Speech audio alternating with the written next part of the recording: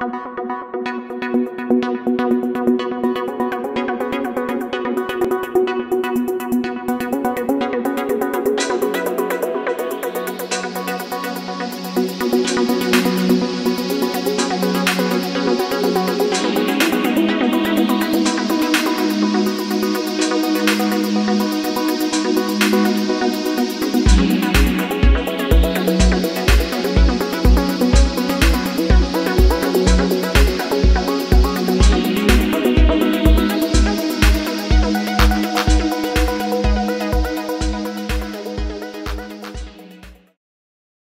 و درود نیساری شما با تماشاگران عزیز برنامه‌های تلویزیونی سیما.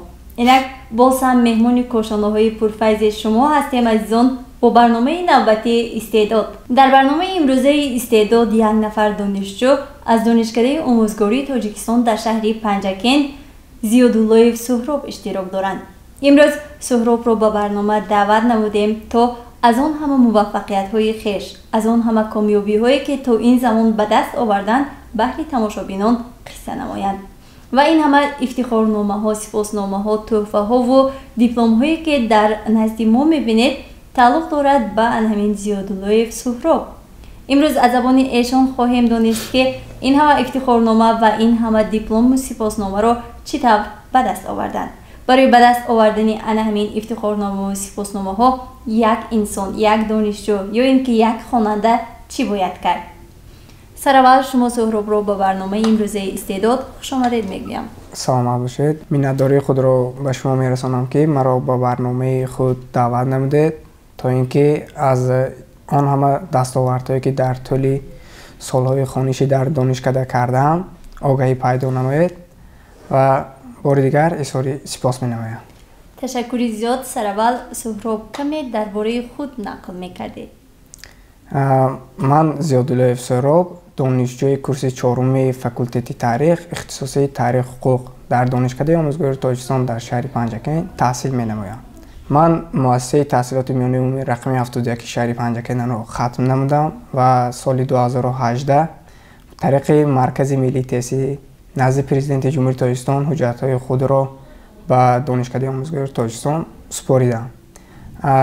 این همه موفقیت‌های من باعث افتخار پدر مادر است، زیرا آنها کوشش نمودند و راهنمایی کردند مرا تا اینکه در این همه موفقیت‌های من آنها شریک هستند. و بار دیگر گفتنی هستم که این موفقیت‌های من اساساً به پدرم تعلق دارد. آن کس بودند که مرا دستگیری نمودند و این همه موفقیت‌ها هم به پدرم تعلق دارد و هم به من. راهنمای ایشان بود من این همه موفقیت‌ها را در طول سالهای خوانش در دانشکده به دست آوردم. شما اینجا گفتید سهراب که پیشنهاد پدر بود همون اختصاصی انتخاب کرده شما.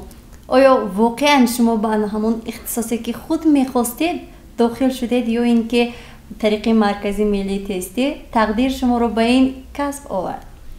چطوری که شما قید نمودید این کسبی که من این حال انتخاب کردم آموزگاری از سالهای خوردی در دل من جوش میزد، زیرا پدرم آموزگار بودند و من هم خواستم در آینده همچون آموزگار کار و فعالیت نمایم و با راهنمایی پدرم پیشنهاد نمودند که به فاکولته تاریخ داخل شوم و این کسب را آموزم و من هم سخن پدر را گوش نموده به فاکولته تاریخ داخل شدم.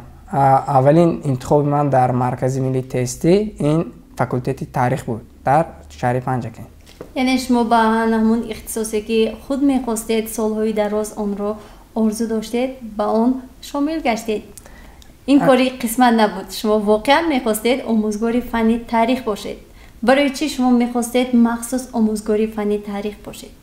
سراول این را باید قید نمود که هر یک جوان در دل آور یک آرزوی دارد که در آینده همچون یک شخص شده راهنمای دیگر نفرها در زندگی گردد و من هم در اوایل آموزگار که به وای رسیدم خواستم همین پیشه آموزگاری رو برای خود یک شغل انتخاب نمایم که آینده یک کار پایکار از پی آن شده فعالیت نمایم. بسیار خوب. چون سهراب امروزها در کرسی چهارم اختصاصی همین تاریخ میخونید، اندکی هم باشد شما آگاه گردیدید از همین راه پیشگرفته خویش از کسب آموزگاری از زمان کودکی وقتی آرزو میکردید، چون امروز در عمل شما آن آرزوی خود را دیده ایستادید.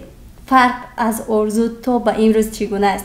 تصورات شما درباره کسب آموزگاری چگونه بود و چون شامل شده در همین راه آن را چگونه دریافتید؟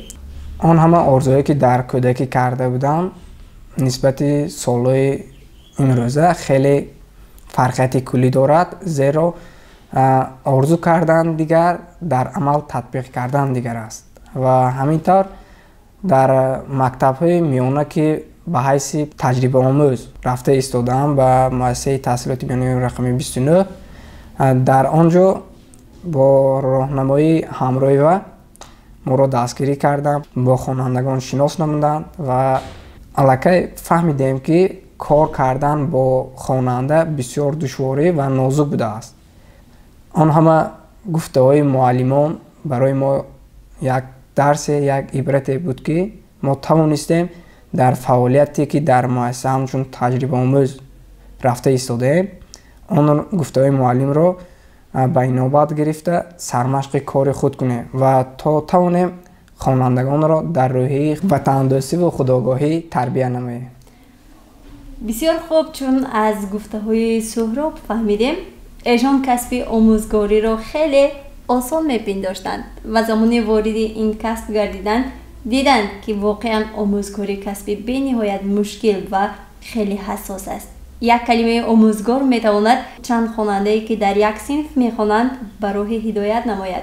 اگر آموزگار یک اشتباه کند، غلط کند، 30 نفر یا 25 نفر را به راه نادرست میبرد. واقعا کسب آموزگاری یک کسب پرمسئولیت است. کسب است که از انسان، از همان آموزگار مسئولیت بلند را طلب میکند.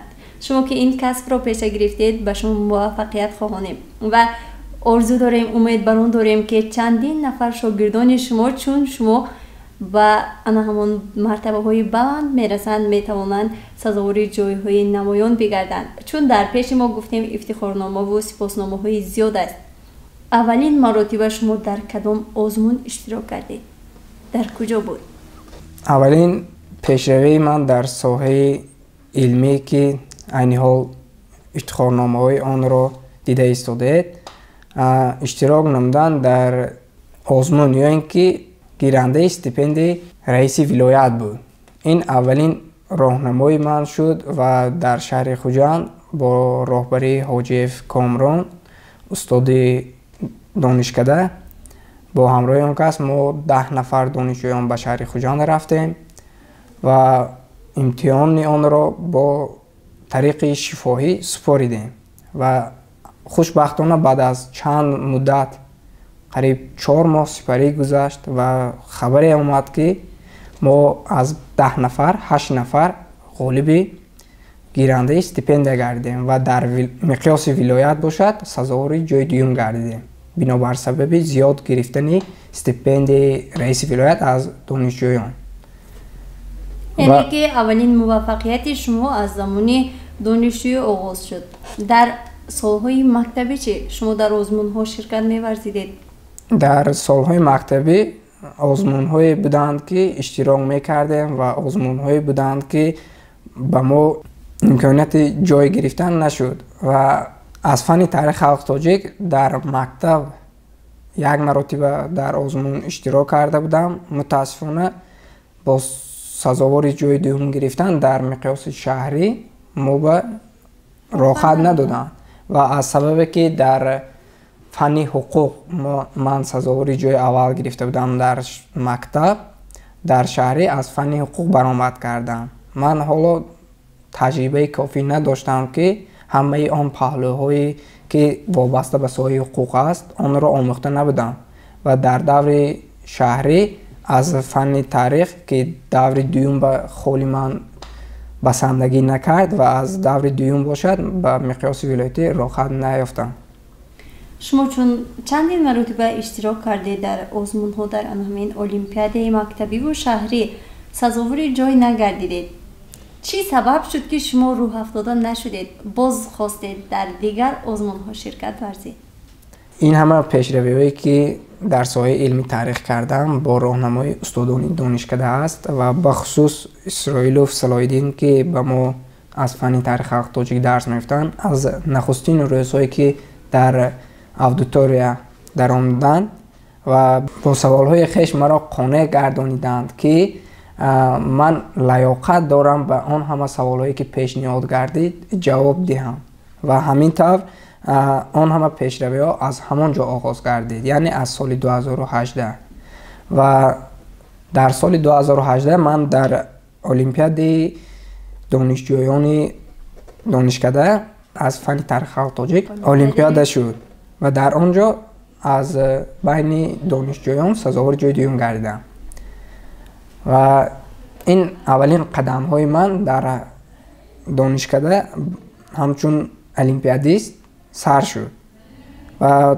با آمد بیماری کرونا ویروس برای فاکولته ما یک قطار مانع ها آمد و علم آموزی ما کم نگردید و آن آزمون هایی که می شدن آنها کمتر باشدن به قفا پرتفته شدن و سال خانشی 20 و 21 از اینجا سر شد آن همه دستاوردهای من. گفتم که در استیپندی رئیس ولایت اشتراک کردم و بعد از آن همه آزمون هایی که بودن در سال 2021 این همه افتخارنامه و دیپلم ها و سپاسنامه‌ای که گرفتم همش در سال 2021 است در مدت 6 ماه اخیر. سهراب، شما موفق هستید که توانستید در طول این 6 ماه صاحب اینقدر سپاسنامه و افتخارنامه ها و جایزه ها بگردید. این تحفه جایزه که در نزد ما هست کمی درباره اون نقل می‌کردید؟ وقت از اونه که در دانشکده با همراهی استادا کار و فعالیت علمی میکردیم، من به خبر رسید که از جانب کمیته اجرایی حزب خلق دموکراتی جمهوری تاجیکستان آزمون برآمد داشته است و ما از شرط های آزمون با خبر شدیم همگی یک روز پیش و نه اونقدر تیاری هم دیدیم و در مؤسسه تحصیلات میانه رقم 71 رفتیم اشتراک کردیم. خوشبختانه در اونجا سزاوار جای اول گردیدم. آزمون با چی نام بود؟ آزمونی که ما اشتراک کردیم در سال 2021 که از جانب پیشوای ملت در پیام نوبتیشان ابراز نمودند که به هر یک خانواده تاجیک شاه اثر علامه باباجان غفوروف تقسیم کرده می شود تا جشن 30 سالگی استقلالیت. ما نیز از این چیز با خبر بودیم و به فکرم خطا نکنم اولین شخص یا اولین نفری بودم که در مقیاس پنجکین تحفه پیشوای ملت به دست من رسیده است و من این شاه اثر رو طی چندین سال است که مطالعه نمودم و از نازکی‌هایی که باباجان غفوروف برای علم تاجیک یک صحیفه را باز نمودند از آن با خبر شدم و در ماه ایون ما یک گروه از خوانندگان و دانشجویان به شهر خوجند رفتیم و در شهر خوجند دور ولایتی آزمون برگزار گردید و خوشبختانه در آنجا سزاوار جای دوم گردیدم و همین طور باز برگشتیم به پنجکین باستانی و همین طور مرا باز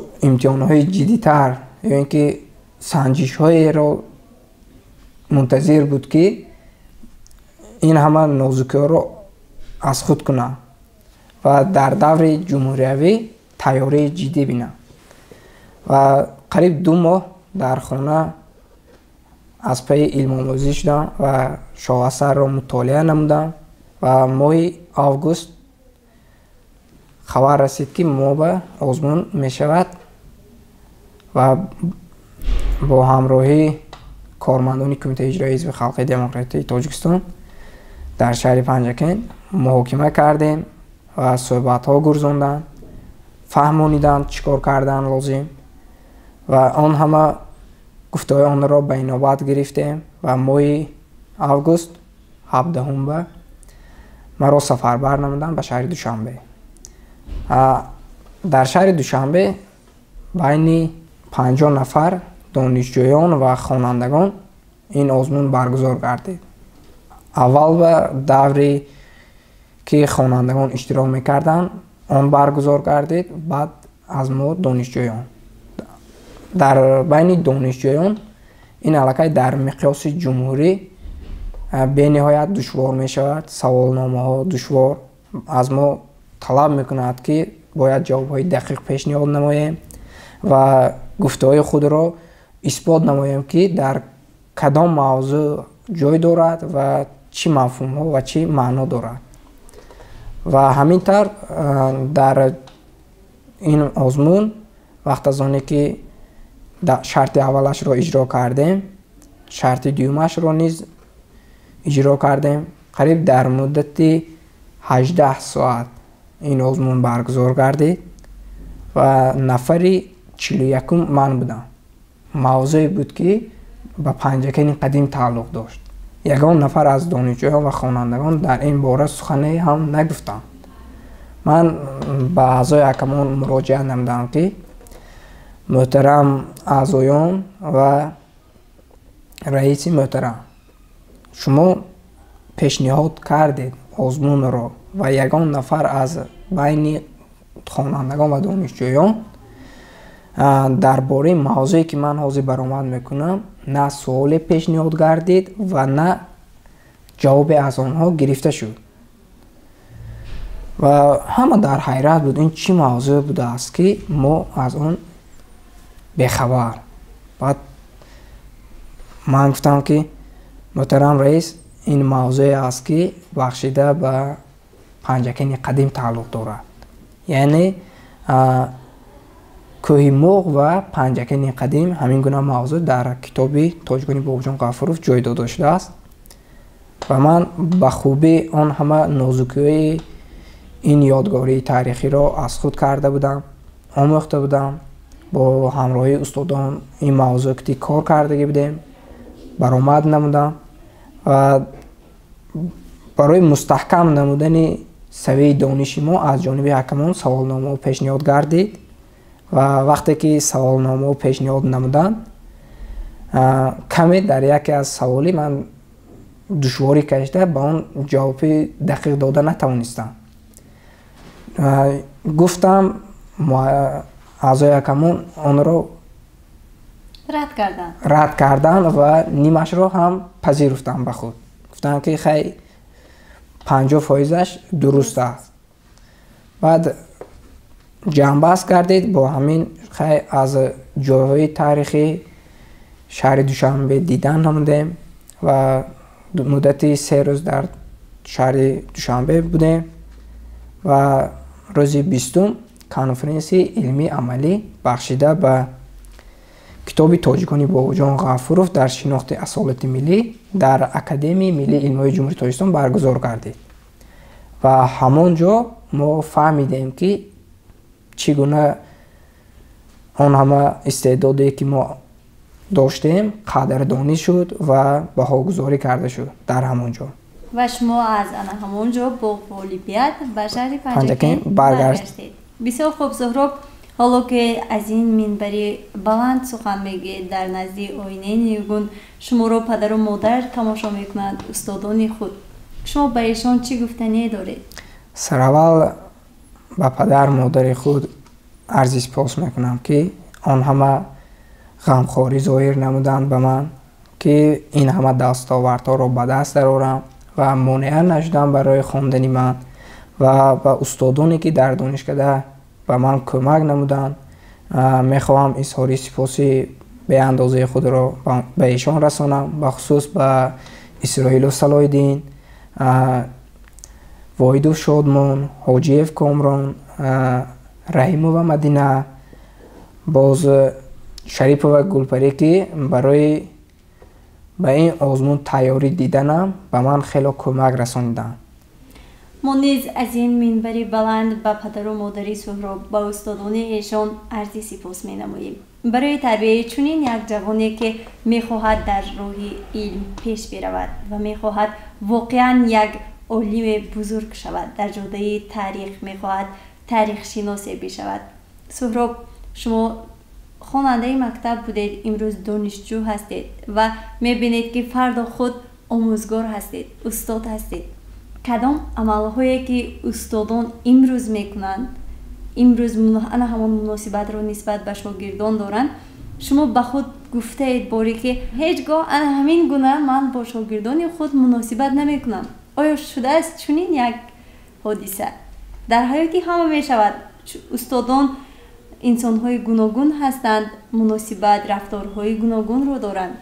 کدام عمل رو شما الکی به خود گفته اید که هیچگاه نسبت شاگردان خویش چنین مناسبت یا چنین عمل رو روا نمی‌بینید؟ از جانب استادان برای ما در طول آن سالهایی که علم آموزی کردم، خواه در مکتب خواه در دانشگاه، از جانب یگان نفر آموزگار یگان خیلی بی‌حرمتی نسبت به خوانندگان دیده نشده است. نه، من در نظر نداشتم بی‌حرمتی یا اینکه مناسبت سرد استادان رو آموزگاران چی در مکتب یا اینکه در دانشگاه یک رویه خود رو دارند. هر یک اگر شما اهمیت داده باشید، آموزگار با یک سبک خویش درس میگویند و از جانب دانشجویان انا همون گونه عملها رو انتظار هستند که خود میخواهند. این رو در نظر داشتم. شاید وظیفه خانگی را یگان اصول پیشنهادی وظیفه خانگی بود که شما گفتید این مشکل است یا گفتید غلط است و به شاگردان خویش این وظیفه را نمیدهید. یعنی شما میگفتید که تا این زمان آن همه استادان مناسبت طرز درسدهی همه با شما پسند است و شما در آینده در همین کسب آموزگاری خویش از آنها استفاده خواهید کرد. همینطور یگان نفر از آموزگاران نمیخواهم که شاگردی وی برای که انتخاب کرده است ناکام ماند و آن را دستگیری میکنند و پشتیبانی آن همه میگردند که وی یک چیزی از خود نماید، یک علم آموزد که در آینده در نزد خواننده همچون معلم رفته فعالیت را پیش ماند که آن همه سوالی که از جانب خوانندگان به معلم داده می شود با طرز به خواننده بیان کرده شود که آن فهمو باشد و آن همه نازکی ها را من در دانشکده از استادان آموختم. بسیار خوب. چون شما خود گفتید باید طرز درس را فهموند یا طرز سخن کرد که خواننده بفهمد و اگر شده باشد یا اینکه در آینده می شود شما چندین مرتبه میفهمانید، یکی از خوانندگان میگوید استاد من نفهمیدم، مرتبه دیگر فهمانید، شما با طرز دیگر میفهمانید، او باز هم نمیفهمد، شما عصبی میشوید. در همین وضعیت شما چیکار میکنید؟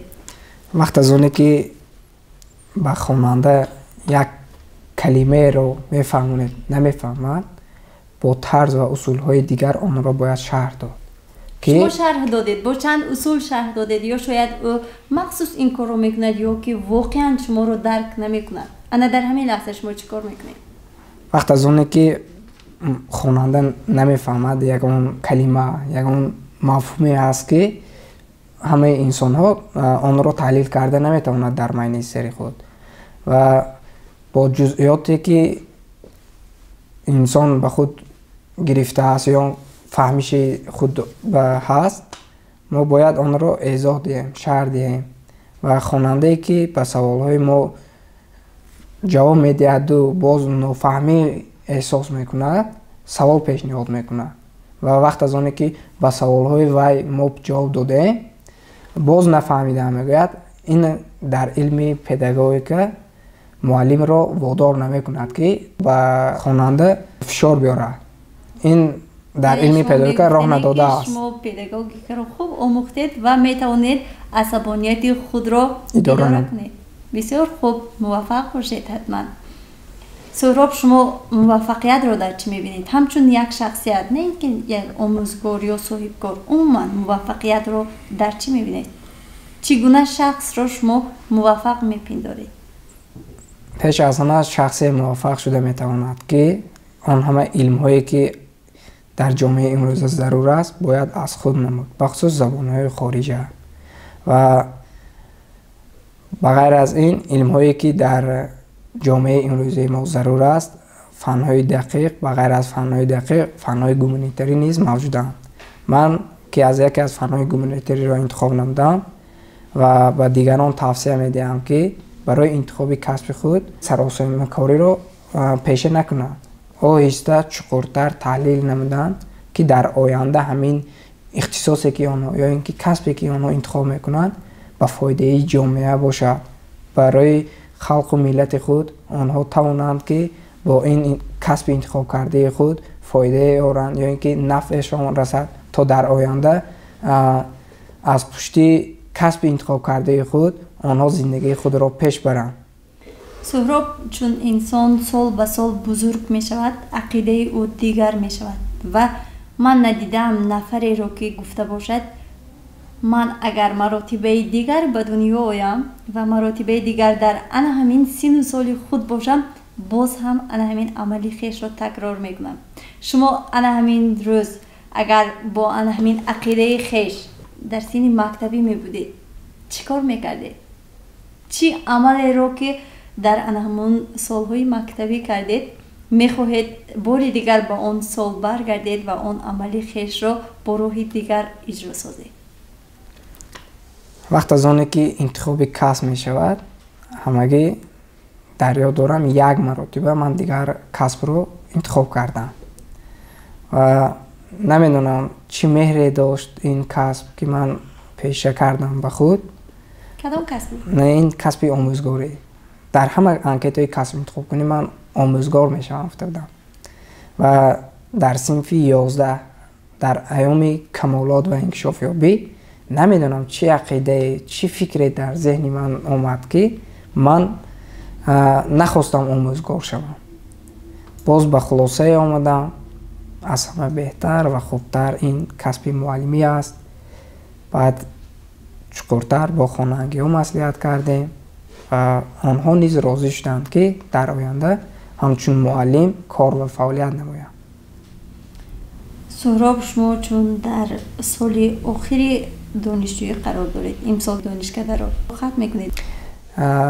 نه، حالا این حال در کورس 4 تحصیل می نمایم. از روی آن که 2 اختصاص هست، تاریخ و حقوق، ما 5 سال تحصیل میکنیم و حالا 1 سال دیگر در دانشکده تحصیل میکنم. سهراب، شما صاحب این همه غالبیت گردیدید، این همه جایزه ها رو به دست آوردید. به همسین و سالانی خیش چی توصیه ها می دهید؟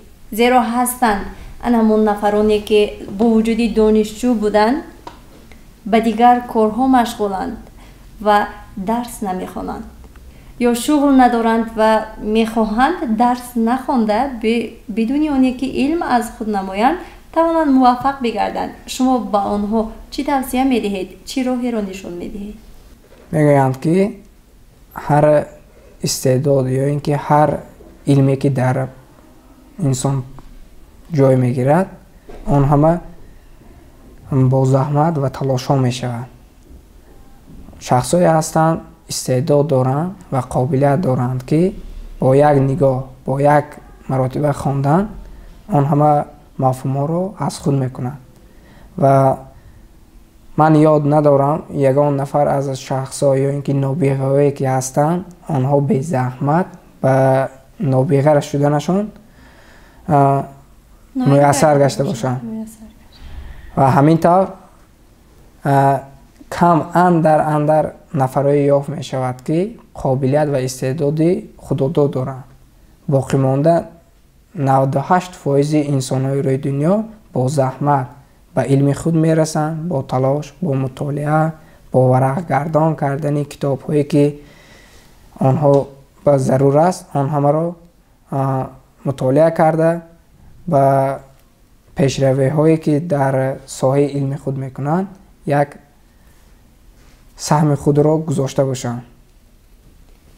ما نیز اینجا به شما موفقیت و برار خواهان هستیم و بار دیگر تشکر میگوییم که امروز به برنامه استعداد آمدید و با ما هم صحبت شدید. ما آگاه گردیدیم از سیر این همه موفقیت شما که این نتیجه زحمت و تلاش و نتیجه علم آموزی های شما می باشد. тамошобинони азиз, бори дигар ёдрас мекунем ки шумо барномаи телевизиони Истеъдодро тамошо доред ва меҳмони имрӯзаи барномаи мо ҳастанд Суҳроб Зиёдуллоев. бори дигар ба эшон низ арзи сипос мекунем, ҳамзамон ба волидайни эшон, ба устодони эшон гуфтанӣ ҳастем ки сипос барои тарбияи чунин як ҷавон ва аз шумо хоҳиш менамудем то ин ки дастгирии шумо ҳама вақт чунин бошад, то Суҳроб тавонанд аз ин ҳам бештар хуб муваффақ бошанд дар ҳамин касбе ки пеш гирифтанд, дар роҳи пешгирифтаи хеш тавонанд ба баландтарин қуллаҳои мурод бирасанд. тамошобинони азиз, агар шумо низ хоҳише дар барномаи мо иштирок карданро доред, шумо низ хоҳиши малакаю маҳорати хешро нишон додан доред, шумо шояд рассоми хубе ҳастед, сароянда ё ин ки навозанда ё ин ки дӯзандаи моҳир ҳастед ва мехоҳед истеъдоди шуморо дигар нафарон бубинанд, пас барномаи Истеъдод ба ҳамин хотир барои шумо таҳия гардида истодааст. шумо низ метавонед дар барномаи мо ширкат биварзед. барои иштирок дар барномаи Истеъдод метавонед ба рақамҳое ки дар зер навишта шудааст тамос бигиред. бори дигар ташаккур мегӯем ба шумо Суҳроб, дар корҳои ояндаатон, дар хониш ба шумо муваффақиятҳои беназирро хоҳон ҳастем. ташаккур. тамошобинони азиз, ин буд фарҷоми барномаи навбати Истеъдод. то барномаҳои дигар, хайр, худованд ёру мададгоратон бод.